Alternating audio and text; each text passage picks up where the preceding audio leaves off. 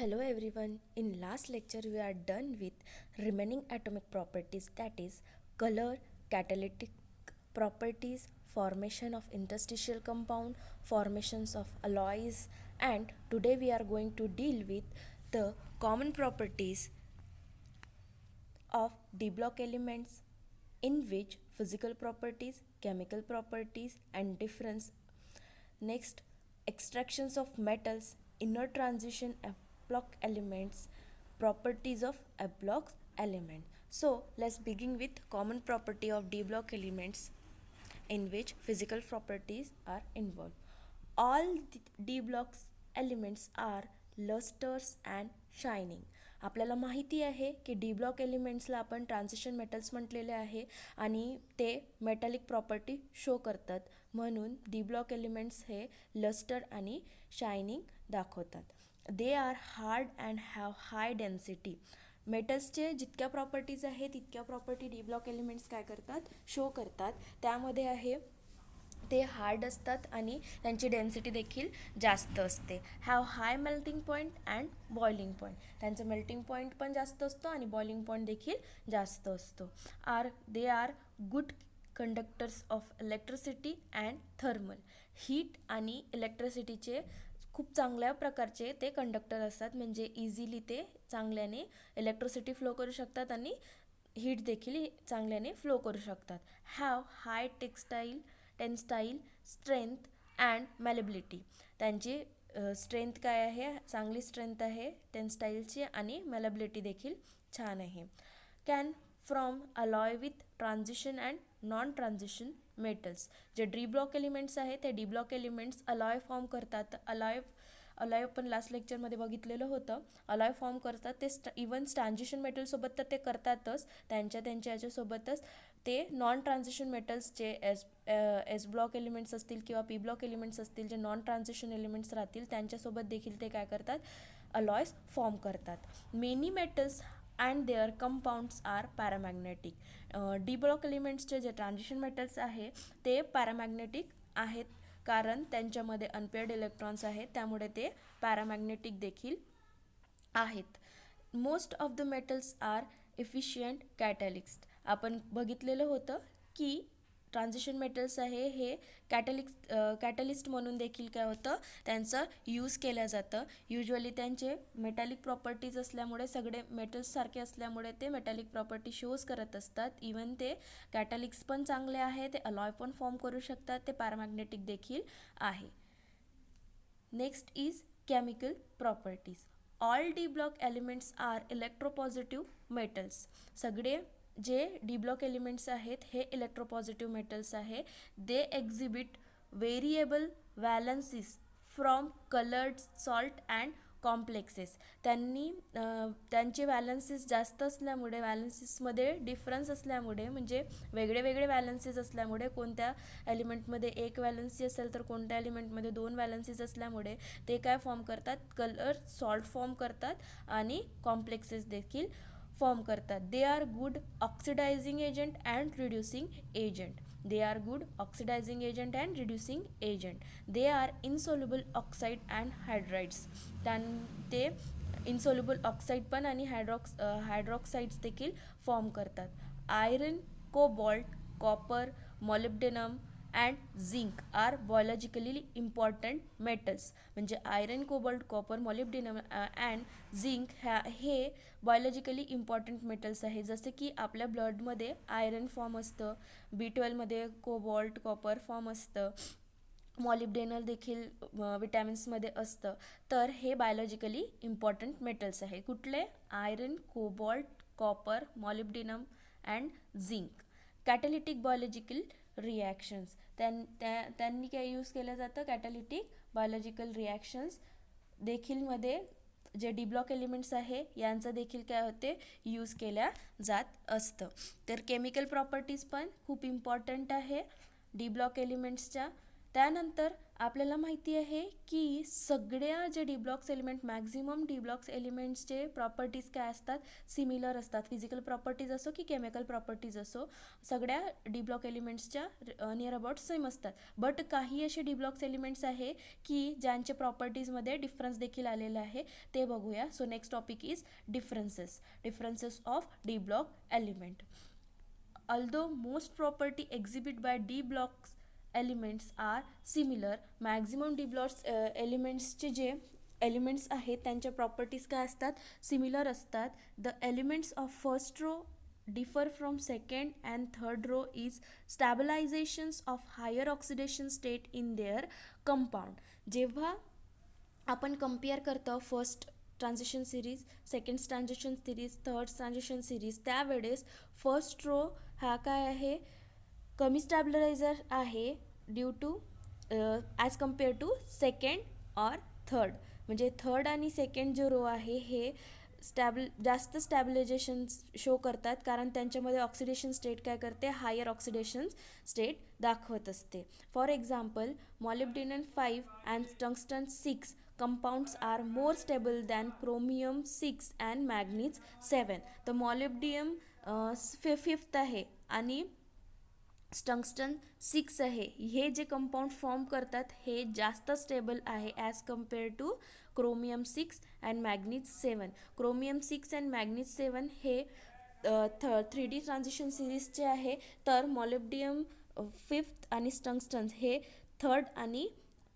Second आणि third सिरीजचे आहेत. तर यामध्ये जे त्यांनी कंपाऊंड फॉर्म केलेले आहे ते जास्त स्टेबल असतात मॉलिब्डियम आणि टंगस्टनचे ॲज कम्पेअर टू क्रोमियम आणि मॅग्नीजचे. High oxidation state for element of first row is +7 and in case of third row is +8. Oxidation state as in RuO4 that is ruthenium tetroxide and OSO4 that is osmium tetroxide.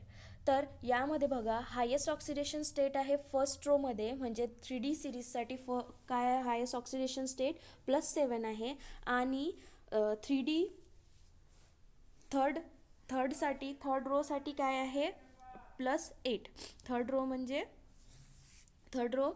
Third रोसाठी first रोसाठी काय आहे, +7. स्कॅन्डियमपासून जी start होते त्याला +7 आहे. आणि third row HF जो start होतं आहे त्याचा ऑक्सिडेशन स्टेट काय राहणार आहे, +8 ऑक्सिडेशन स्टेट आहे. आणि त्यांचे हार्डली जे शो करतात +8 ऑक्सिडेशन स्टेट कोण शो करतात, Ru आणि OS, that is ruthenium tetroxide +3 oxidation +8 oxidation state show करतो. आणि ऑस्मिनियम टेट्रॉक्साईड देखील +8 ऑक्सिडेशन स्टेट काय करतो, शो करतो. तर हे काय आहेत, डिफरन्सेस आहे. So next topic is extractions of metals. Extractions of metal. Most metal are found in the earth crust in the form of their salt. खूप सारे मेटल्स काय आहे, हे अर्थ क्रस्टमध्ये आपल्याला सॉल्टच्या फॉर्ममध्ये मिळत असतात, जसे की carbonate, sulphates and oxide. Carbonates, sulphides and oxide हे आपल्याला सॉल्टच्या फॉर्ममध्ये अर्थ क्रस्टमध्ये बघायला मिळतात. A few metals are non reactive occur in the free state in the earth crust. काही मेटल्स आहे जे नॉन रिॲक्टिव्ह असतात आणि ते फ्री स्टेटमध्ये आपल्याला काय मिळतात, अर्थ क्रस्टमध्ये मिळतात, जसं की सिल्वर, गोल्ड आणि प्लॅटिनम. हे काही रिॲक्टेड नाही आहे, जसे त्याच्याचे ते आपल्याला मिळतात, सॉल्टच्या फॉर्ममध्ये मिळत नाही. Minerals, a naturally occurring substance found in the earth crust containing organic salt, solid siliceous matter, etc. is called as minerals. Mineral आपण कशाला म्हणू, नॅचरली ऑकरिंग सबस्टन्स राहतील जे अर्थ क्रस्टमध्ये आपल्याला मिळतील, जे इनऑर्गॅनिक सॉल्ट्स राहतील, ते सॉलिड्स राहतील, सिलिसियस मॅटर राहतील, त्यांना आपण काय म्हणू, मिनरल्स म्हणू. The minerals which contain high percentage of the metal and form which the metals can be extracted economically is called as ore. मिनरल्समध्ये काय राहणार आहे, जास्त पर्सेंटमध्ये मेटल, म्हणजे ते मेटल्समध्ये मेटल्स जास्त प्रमाणामध्ये त्यांच्यामध्ये मिळतं. त्या मेटलला आपल्याला काय करावं लागेल, एक्स्ट्रॅक्टेड करावं लागेल आणि त्याला आपण काय म्हणू, ओर म्हणू. तर एक्स्ट्रॅक्शन मेटल्समध्ये काही टेबल दिलेला आहे. या टेबल्समध्ये बघा आयरन आपल्याला मिळतं. आयरनच्या मिनरल्स काय आहे, हेमॅटिट Fe2O3, मॅग्नेटिट Fe3O4, लिमोनेट 2Fe2O3H2O, iron pirates आणि सिड्रेट्स. हे काय आहे, मिनरल्स आहे आणि त्याचं ओर आपण काय करू तिथून, म्हणजे ते मेटल जो जास्त प्रमाणात आहे तो मेटल्स काढून घेऊ, म्हणजे आयरनचा ओर काय राहील, हेमॅटिट राहील. याच्यामध्ये काही केमिकल प्रोसेस होत असतात आणि त्यावरनं आपल्याला मिनरल्सपासून काय मिळतं, ओर मिळतं. तसंच कॉपरचं देखील दिलेलं आहे आणि झिंक्सचं देखील काय दिलेलं आहे, मिनरल्स आणि ओर दिलेलं आहे या टेबल्समध्ये. So next topic is inner transition, that is F block elements, lanthanides and actinides.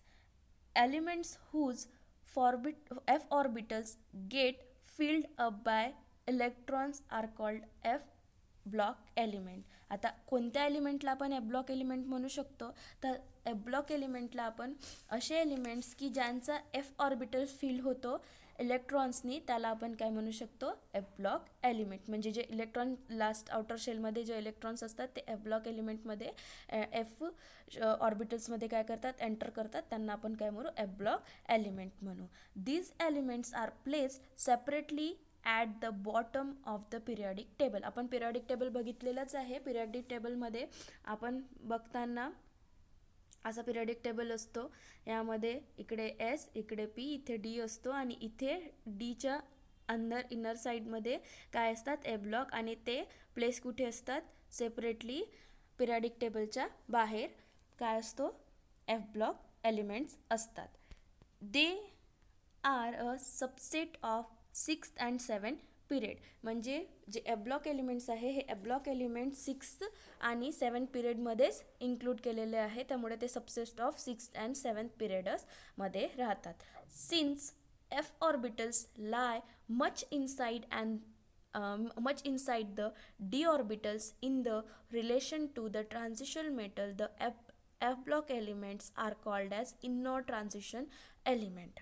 आता आपल्याला माहिती आहे की जे एफ ब्लॉक एलिमेंट आहे हे F block element D block एलिमेंट्समध्येच प्रेझेंट असतात, फक्त त्यांच्या इनरमध्ये प्रेझेंट असतात. म्हणजे जो एफ आहे तो डीच्या इनर साईडला प्रेझेंट असतो आणि त्यामुळे त्यांना काय म्हटलेलं आहे, इनर ट्रान्झिशन एलिमेंट म्हटलेलं आहे. काय म्हटलेलं आहे, इनर ट्रान्झिशन एलिमेंट म्हटलेलं आहे. This element have 1 to 14 electron in their F orbitals. F ऑर्बिटल्समध्ये 1 पासून तर 14पर्यंत इलेक्ट्रॉन्सची कॅपॅसिटी आहे. त्याची मिनिमम कॅपॅसिटी त्याची 1 आहे आणि मॅक्झिमम कॅपॅसिटी त्याची किती आहे, 14. म्हणजे 1 पासून तर 14 इलेक्ट्रॉन्स हे एफ ऑर्बिटल्समध्ये राहू शकतात.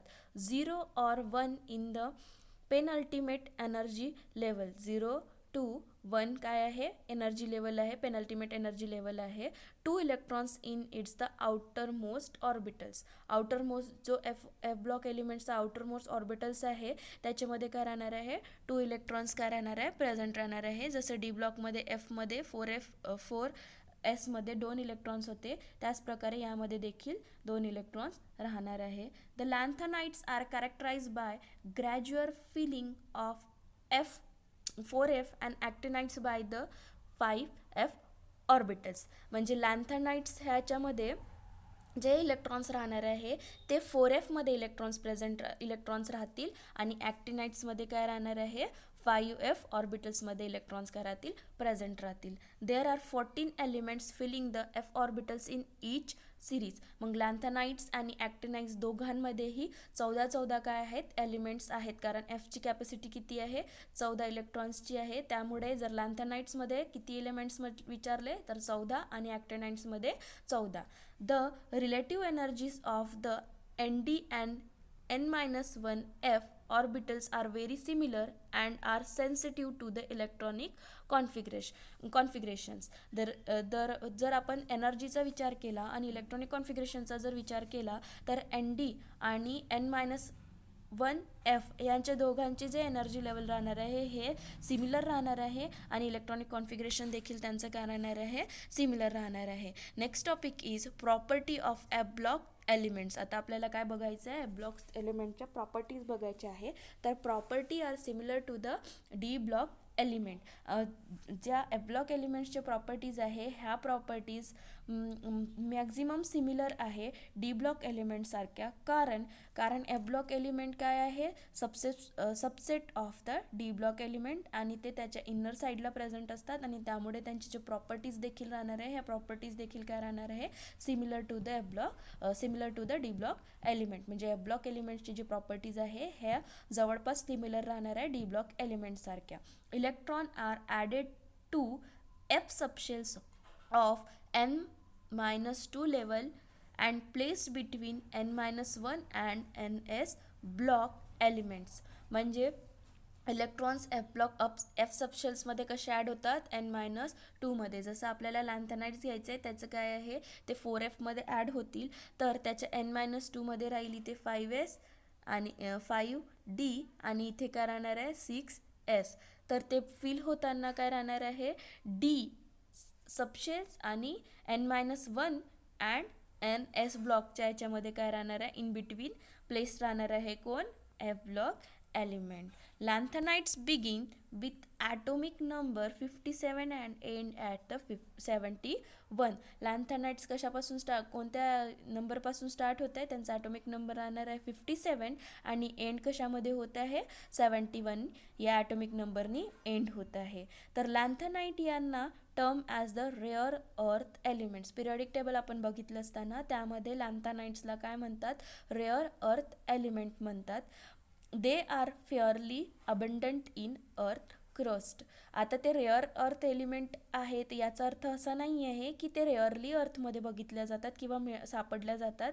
ॲक्च्युली त्यांनी अबंडंट म्हणजे बऱ्याच क्वांटिटीमध्ये, मॅक्झिमम क्वांटिटीमध्ये ते आपल्याला अर्थ क्रस्टमध्ये बघितल्या जातं A block element. For example thulium is found more in abundant than silver. सिल्वरपेक्षा थुलियम हे काय करतं, जास्त प्रमाणात आपल्याला अर्थमध्ये बघितलं जातं. मग का की त्यांना रेअर अर्थ, मग त्यांना काय म्हटलं जातं, तर कारण हे आहे की the name rare earth elements was coined because of and difficult in extracting them economically in pure form from other lanthanide having similar chemical properties. आता ते रेअर अर्थ एलिमेंट त्यांना नाव यासाठी दिल्या गेलेलं आहे की ते जे फॉर्म असतात हे मिक्सचरमध्ये फॉर्म असतात. म्हणजे एक लॅन्थेनाइट आणि दुसरे लॅन्थेनाइट्स हे एकत्र असतात आणि त्यांना एक्स्ट्रॅक्ट करणं हे इकॉनॉमिकली डिफिकल्ट जातं. ते आपल्याला प्युअरली सेपरेट काढता येत नाही आणि त्यामुळेच त्यांना पहिले नाव देण्यात आलेलं होतं, हिस्ट्री म्हणजे पुराण्या काळामध्ये त्यांना नाव देण्यात आलेलं होतं रेअर अर्थ एलिमेंट.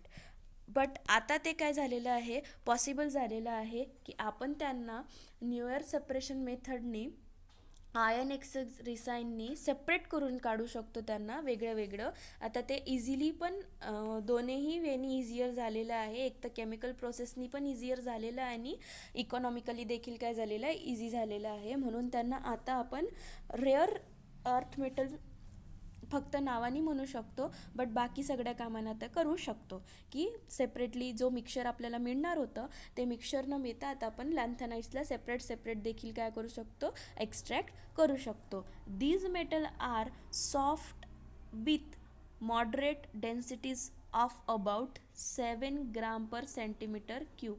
इथे क्यूब यायला पाहिजे नव्हतं. दीज मेटल्स काय आहे, सॉफ्ट आहे, moderate with density of 7 gram per centimetre cube. They have high melting points and boiling points. तर त्यांचं जे मेल्टिंग पॉईंट्स आहे हे मेल्टिंग पॉईंट्स काय आहे, हाय मेल्टिंग पॉईंट्स आहे आणि बॉइलिंग पॉईंट्स देखील काय आहे, हाय आहे. तर मेल्टिंग पॉईंट्स हा नियर अबाउट 1000 डिग्री सेल्सिअसपर्यंत त्यांचा हाय मेल्टिंग पॉईंट असतो आणि boiling point near about 3000 degree Celsius near about काय असू शकतो, हाय असू शकतो. Similar to group 1 and 2 lanthanides in the metallic state are very reactive and resemble alkaline earth metals in their reactivities than transition metal. जे लॅन्थेनाइट्स आहे हे लॅन्थेनाइट्स म्हणा block elements हे जसं ग्रुप 1 अँड 2 म्हणजे एस ब्लॉक एलिमेंट्सचे जे एलिमेंट्स आहे, एस ब्लॉकचे जे एलिमेंट्स आहे ते जास्त प्रमाणात रिॲक्टिव्ह आहे, व्हेरी रिॲक्टिव्ह आहे. जसं सोडियम मेटलला आपण वॉटरसोबत रिॲक्ट केलं तर हार्डली लवकर रिॲक्ट होतं आणि आग पकडतं. त्याचप्रकारे जे एफ ब्लॉक एलिमेंट्समधले जे एलिमेंट्स आहे हे देखील काय आहे, हायली रिॲक्टिव्ह आहे. जसं अल्कली आणि अल्कलाईन अर्थ मेटल्स हे रिॲक्टिव्ह आहे. त्याचप्रकारे काय रिॲक्टिव्ह आहे तर एफ ब्लॉक एलिमेंट्सचे जे मेटल्स आहेत ते देखील काय आहे, रिॲक्टिव्ह आहे दॅन ट्रान्झिशन मेटल. म्हणजे डी ब्लॉक एलिमेंट्सच्या मेटलपेक्षा एफ ब्लॉक एलिमेंट्समधले जे मेटल्स आहेत ते हायली रिॲक्टिव्ह आहे. For example they react with water. जर आपण एफ ब्लॉक एलिमेंट्सला जर वॉटरसोबत रिॲक्ट केलं, give to the metal hydroxide and hydrogen gas, तेव्हा आपल्याला काय मिळणार, एफ ब्लॉक एलिमेंटला जर आपण वॉटरसोबत रिॲक्ट केलं तर आपल्याला काय मिळतील, मेटल हायड्रॉक्साईड मिळेल आणि हायड्रोजन गॅस देखील मिळेल. यामध्ये बघा रिॲक्शन दिलेली आहे. कुठलाही एफ ब्लॉक एलिमेंटचं एक मेटल घ्या ज्याला आपण वॉटरसोबत रिॲक्ट करत आहोत, तेव्हा आपल्याला काय मिळणार, मेटल हायड्रॉक्साईड आणि काय मिळणार, मेटल हायड्रॉक्साईडसोबत काय मिळणार, हायड्रोजन गॅस देखील आपल्याला मिळणार आहे. Although the common oxidation state for lanthanide is +3, the +2 oxidation state is also important. आपल्याला जर एफ ब्लॉक एलिमेंटमधली कॉमन ऑक्सिडेशन स्टेट बघायची असेल तर कॉमन ऑक्सिडेशन स्टेट काय मिळणार आपल्याला, +3 मिळणार. पण +2 देखील ऑक्सिडेशन स्टेट आपल्याला काही प्रमाणात दाखवण्यात येईल किंवा दिसेल. They are form stable oxide of the type M2O3 when M is the metal. ते काय करतात, ऑक्साईड फॉर्म करतात, स्टेबल ऑक्साईड्स फॉर्म करतात. ते बी कुठल्या टाईपमध्ये, M2O3च्या टाईपमध्ये. एम काय आहे, कॉमन मेटल फॉर, म्हणजे मेटल राहणार आहे, कुठल्याही प्रकारचं मेटल राहील एफ ब्लॉक एलिमेंटमधलं. EU2+ and YB2+ are the most stable dipositive metal ions.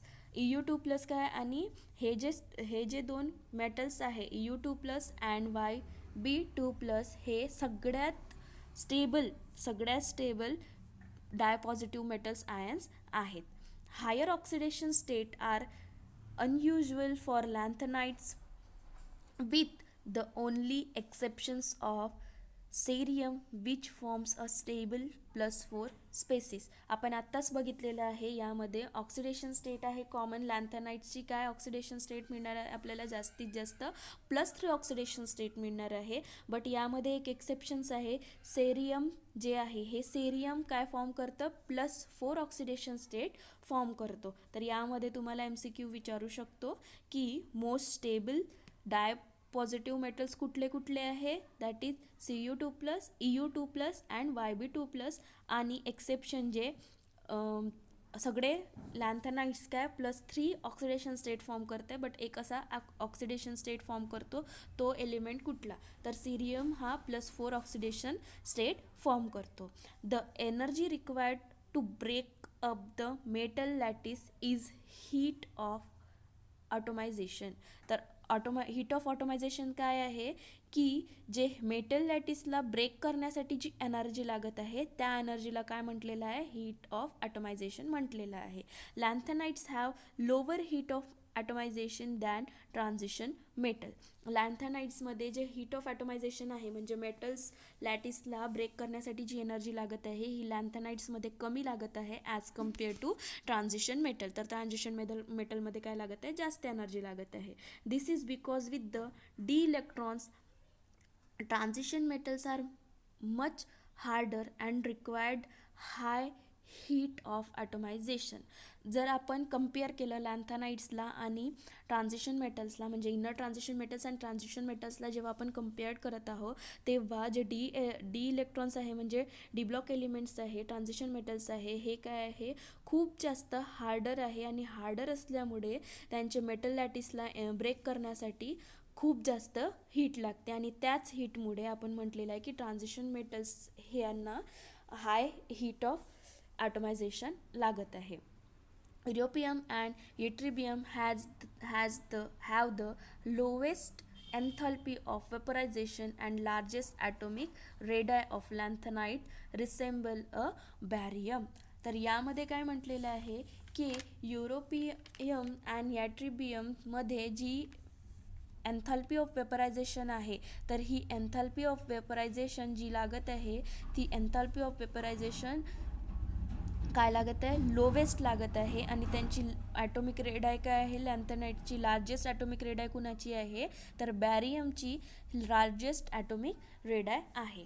These two elements resemble alkaline earth element. They dissolve in liquid ammonia to give blue conducting solution. जसं आपण alkaline earth मेटल्सला म्हणजे S block एलिमेंट्सला जेव्हा अमोनियामध्ये dissolve करतो त्यावेळेस काय आपल्याला मिळतं, blue colour मिळतं. कारण अल्कलाइन अर्थ मेटल्स जे त्यांचे जे एलिमेंट्स आहेत ते एलिमेंट्स काय करतात, अमोनियामध्ये डिझॉल्व केल्यानंतर तिथे फ्रीली मूव्ह करतात आणि त्यामुळे ते सोल्युशन कोणत्या कलरचं शो करतं आपल्याला, अमोनियाचं ब्ल्यू कलरचं सोल्युशन शो करतात. त्याच प्रकारे जेव्हा आपण लॅन्थनाइट्सला किंवा इनर ट्रान्झिशन एलिमेंट्सला जेव्हा अमोनियामध्ये डिझॉल्व करू त्यावेळेस तिथे देखील ते लॅन्थनाइट्सचे किंवा इनर ट्रान्झिशन एलिमेंट्सचे जे इलेक्ट्रॉन्स राहतील ते अमोनियामध्ये फ्रीली मूव्ह करतील आणि त्यामुळे आपल्याला ब्ल्यू कलरचं सोल्युशन मिळेल. म्हणजे जर दोनही म्हणजे एस ब्लॉक एलिमेंट्सचे आणि एफ ब्लॉक एलिमेंट्सला जेव्हा आपण अमोनियामध्ये डिझॉल्व करू तेव्हा आपल्याला त्यांचं कलर कोणत्या प्रकारचं मिळालं, आपल्याला ब्ल्यू कलरचं मिळेल. Their ionic radii decreases from 117 picometre of lanthanide to 100 picometre of lutetium. तर आपण जेव्हा लेफ्ट टू राईट मूव्ह करू त्यावेळेस काय होतं आहे, लॅन्थनाइट सिरीजमध्ये इनर ट्रान्झिशन सिरीजमधल्या लॅन्थनाइट सिरीजमध्ये काय होतं आहे की जे आयनिक रेडाय आहे ही डिक्रीज होत चाललेली आहे. लॅन्थनाइट्सचा आयनिक रेडाय किती आहे, 117 PM आहे. तर ल्युथेनियमची किती आहे, 100. याचा अर्थ आहे की आयनिक रेडाय आपण बघितली तर ती काय होत जाते, डिक्रीज होत चाललेली आहे.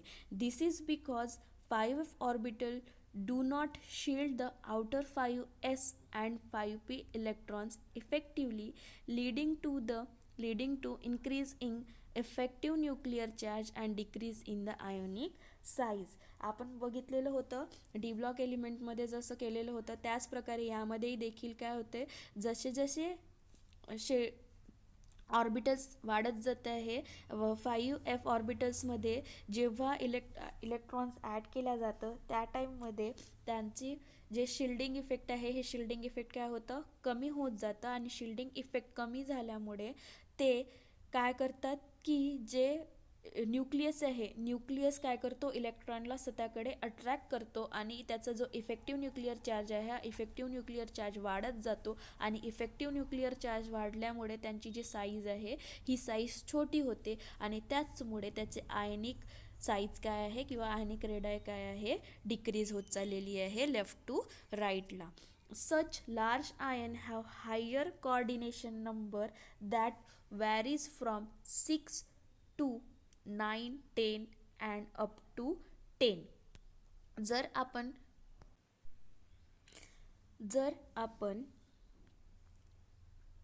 कॉर्डिनेशन नंबर बघितला, कॉम्प्लेक्स फॉर्म झाल्यानंतर त्याचा कॉर्डिनेशन नंबर बघितला तर एफ ब्लॉक एलिमेंटमध्ये कॉर्डिनेशन नंबर 6 पासून स्टार्ट होतो तर तो 12पर्यंत जातं काही केसेसमध्ये. डी ब्लॉक एलिमेंटमध्ये आपण बघितलेलं होतं ते फक्त टेट्राहेड्रल आणि ऑक्टाहेड्रल कॉम्प्लेक्सेस फॉर्म करतात. तर टेट्राहेड्रल म्हणजे चार लिगँडसोबत आणि ऑक्टाहेड्रल म्हणजे 6 लिगँडसोबत ते काय करतात, कॉम्प्लेक्स फॉर्म करतात. त्यामुळे त्यांचा कॉर्डिनेशन नंबर 4 आणि 6च राहू शकतो. बट एफ ब्लॉक एलिमेंटमध्ये ते 6 पासून स्टार्ट होतं तर 9, 10 आणि 12पर्यंत देखील राहू शकतं. For example hydrated lanthanum ion is a non hydrated. तर त्याचा जो आयन फॉर्म झालेला आहे तर यामध्ये बघा लॅन्थॅनम H2O इथे 9 पाहिजे, H2O 9 + 3. तर यामध्ये बघा लॅन्थॅनाइम H2O 9. तर हा जो कॉम्प्लेक्स आहे या कॉम्प्लेक्समध्ये त्याचं जे कोऑर्डिनेशन नंबर आहे हे कोऑर्डिनेशन नंबर किती राहणार आहे 9 हे कोऑर्डिनेशन नंबर राहणार आहे. All the lanthanides from hydroxide of the general formula LnOH3. आता यामध्ये त्याचा जो जनरल फॉर्म्युला राहणार आहे लॅन्थॅनमचा, जो लॅन्थॅनम Ln काय रिप्रेझेंट करत आहे, Ln रिप्रेझेंट करत आहे लॅन्थेनॉइड सिरीज. म्हणजे सगळे जे एफ ब्लॉक एलिमेंटमधले लॅन्थॅनम सिरीजमधले लॅन्थेनॉइड सिरीजमधले जे एलिमेंट्स आहे त्या एलिमेंट्सला जनरली तुम्ही काय लिहू शकता, LnOH3 हे जनरल फॉर्म्युला आहे कशाचा, लॅन्थेनॉइड्सचा. जे आणखी हायड्रॉक्साईड जितके पण एलिमेंट्स आहे ते हायड्रॉक्साईड फॉर्म करतील, त्याचा जनरल फॉर्म्युला काय राहणार आहे, LnOH/3.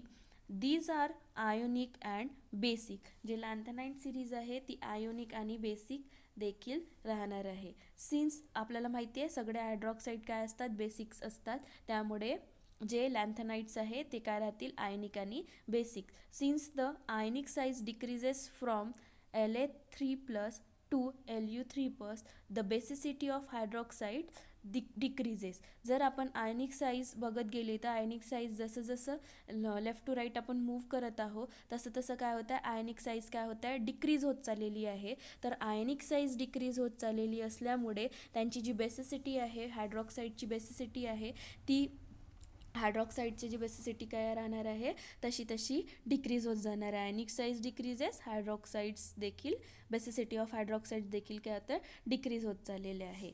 LaOH3 is strongest base while LuOH3 is the weakest base. तर LaOH3 जे लॅन्थेनाइड हायड्रॉक्साईड आहे हे काय आहे, स्ट्रॉंगेस्ट बेस आहे. तर ल्युथेनियम हायड्रॉक्साईड काय आहे, हे विकेस्ट बेस आहे. का, कारण त्यांची जसं आपण लेफ्ट टू राईट मूव्ह करत आहोत तर लॅन्थेनाइडचा पहिला जो सिरीज आहे एलिमेंट आहे तो लॅन्थॅनम आहे. लॅन्थॅनम जेव्हा वॉटरसोबत रिॲक्ट करेन तेव्हा आपल्याला हायड्रॉक्साईड मिळेल. तर कोणता हायड्रॉक्साईड मिळेल, तर LaOH3 हा हायड्रॉक्साईड मिळेल आणि त्याची बेसिसिटी स्ट्रॉंग राहणार आहे. कारण आपण जेव्हा लेफ्ट टू राईट मूव्ह करत आहोत त्यावेळेस आयोनिक साईज काय होत चाललेली आहे, डिक्रीज होत चाललेली आहे. आयोनिक साईज डिक्रीज होत जात आहे आणि सगळ्यात जास्त आयोनिक साईज कशाची आहे, लॅन्थॅनमची आहे. आणि त्यामुळेच त्याच्यापासून जो आपल्याला हायड्रॉक्साईड मिळत आहे तो स्ट्रॉंगेस्ट बेस आहे. आणि ल्युथेनियमची आयनिक साईज सगळ्यात कमी आहे आणि त्यामुळे तो काय आहे, विकेस्ट बेस आहे. Next point is this is attributed to the electronic transitions among the FF orbitals. तर आपल्याला माहिती आहे की जसं डी ऑर्बिटल्समध्ये कलर शो करत होते तर ते डी ट्रान्झिशनमुळे करत होते. तर यामध्ये जो कलर शो करत आहे त्यामध्ये इलेक्ट्रॉनिक ट्रान्झिशन काय राहणार आहे, FF ट्रान्झिशन राहणार आहे. तर FF ट्रान्झिशनमुळे काय होईल, यामध्ये आपल्याला कलर्स शो केल्या जात आहे. तर यामध्ये तुम्हाला युजली मोस्टली जेव्हा 3+ आयनायझेशन 3+ ऑक्सिडेशन स्टेट मिळत आहे तर 3+ ऑक्सिडेशन स्टेटमुळे आपल्याला कलर्ड काय मिळतं, लॅन्थेनाइड्स हा कलर्ड कंपाऊंड दिसतो. तर त्यामध्ये मोस्टली कलर कोणता राहणार आहे, ग्रीन, पिंक अँड येलो. कोणता कलर राहणार आहे, ग्रीन, पिंक अँड येलो. तर हे मोस्टली कशामुळे मिळतं आहे, तर यामध्ये FF ट्रान्झिशन्स यामुळे आपल्याला काय मिळणार आहे, ग्रीन कलर, येलो कलर आणि पिंक कलर मिळणार आहे. कारण ते 3+ ऑक्सिडेशन स्टेट मिळत आहे. डी ट्रान्झिशनमध्ये आपल्याला मॅक्झिमम कलर मिळत होते कारण त्यामध्ये वेगळी वेगळी ऑक्सिडेशन स्टेट राहत होती, अनपेअर्ड इलेक्ट्रॉन्स राहत होते, त्यामुळे आपल्याला ते कलर्स मिळायचे. आणि त्याच्यावरती लाईट स्पेक्ट्रमवरती पण डिपेंड करत होतं, ऑक्सिडेशन स्टेटवरती पण डिपेंड करत होतं आणि ॲज वेल ॲज डी ट्रान्झिशनवरती पण डिपेंड करत होतं. आणि लिगँड आणि कॉम्प्लेक्स फॉर्मेशनवरती पण डी ऑर ब्लॉक एलिमेंट्सचे कलर काय राहायचे, डिपेंड करत राहायचे. पण एफ ब्लॉक एलिमेंटमध्ये 3+ ऑक्सिडेशन स्टेट दाखवत आहे. खूप सारे लॅन्थेनाइड्स काय आहे, 3+ ऑक्सिडेशन स्टेट दाखवत आहे आणि त्यांच्यामध्ये युजली 3च कलर दिसतील, ग्रीन, पिंक आणि येलो. ते कशामुळे, electronic transmissions among the F ऑर्बिटल्समध्ये इलेक्ट्रॉनिक ट्रान्समिशन राहणार आहे त्यामुळे. Like transition metals the electronic spectra of lanthanide show ever do not get affected with the different ligand.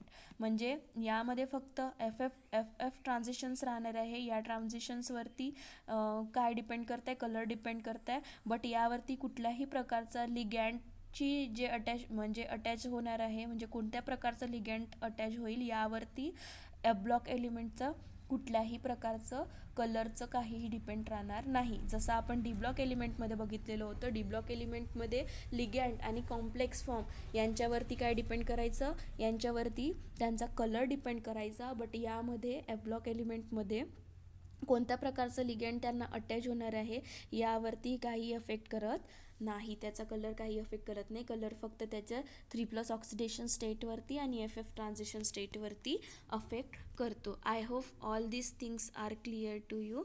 Thank you.